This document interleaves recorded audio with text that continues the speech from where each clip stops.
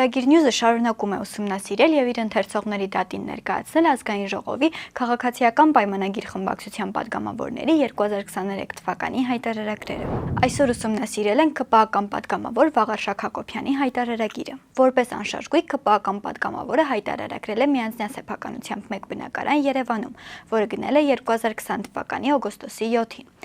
Տարին падգամավորի համար բարենպաստ է եղել եւ վերջինս Ոմն Ալյոնա Թումանյանից 3 միլիոն դրամով գնել է Երևանում գտնվող մի ավտոկայանատեղի, որին նույնպես տիրապետում է միանձնյա սեփականությամբ։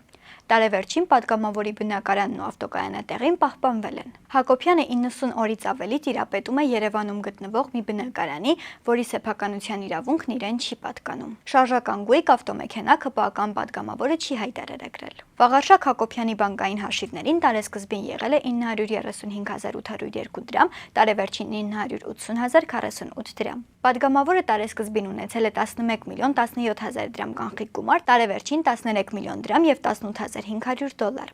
Իշխանական падգամավորի տարեկան եկամուտները կազմել են 12 միլիոն 787.600 դրամ, որից 10 միլիոն 435.790 դրամը ազգային ժողովից ստացած աշխատավարձն է, 2 միլիոն 351.810 դրամը պետական եկամուտների կոմիտեից ստացած այլ եկամուտը։ Ստացված վարկերի եւ փոխառությունների մայր գումարի մնացորդը հաշվետու տարվա դեկտեմբերի 31-ի դրությամբ կազմել է 29 միլիոն 790.011.8 դրամ։ Հակոբյանն իր եկամուտներից 3 միլիոն 496.910 դրամը հատկացրել է վարկի մարման նողված վճարումներին։ Վերջինս նաեւ 2 միլիոն ՀՀ դրամը գերազանցող 3 միլիոն դրամ արժեքով թանկարժեք գնում է կատարել, որը ենթադրաբար Երևանում ձեռք բերված ավտոկայանատեղին է։